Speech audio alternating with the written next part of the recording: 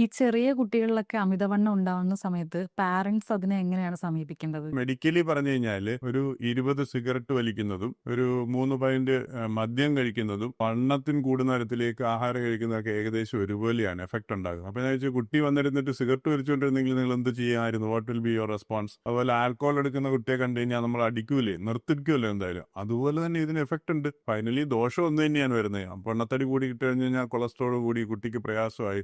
15-20 വയസ്സാകുമ്പോഴത്തേന് തന്നെ പ്രമേഹം വന്നു, ഡയബറ്റീസും വന്നു, കൊളസ്ട്രോളും കൂടി. ഇവനൊരു 30 വയസ്സാകുമ്പോഴത്തേന് ഹാർട്ട് അറ്റാക്ക് വന്നിട്ട് എന്തെങ്കിലും ഒരു ബുദ്ധിമുട്ടായി പോകുന്നതിനേക്കാൾ എത്രയോ നല്ലതാണ് നമ്മളത് നിയന്ത്രിക്കണമല്ലോ. നമ്മുടെ കുട്ടിയോട് നമുക്ക് സ്നേഹമാണല്ലോ ഉള്ളത്, അല്ലാതെ അവന്റെ ഇഷ്ടത്തിന് എന്തെങ്കിലും ചെയ്തോട്ടെ എന്ന് വിചാരിച്ചിട്ട് അതല്ല സ്നേഹം. അതൊരു സ്യൂഡോ സ്നേഹമായിട്ട് മാറുന്ന ഒരു അവസ്ഥയായിരിക്കും പലപ്പോഴും ഗ്രാൻഡ് പേരൻസിന്റെ കൂടെ നിൽക്കുന്ന കുട്ടികൾ. അപ്പൊ ഇവരൊന്നും വഴക്ക് പറയില്ല, കൊച്ചിനെന്ത് തോന്നുന്നു വെച്ചിട്ട്.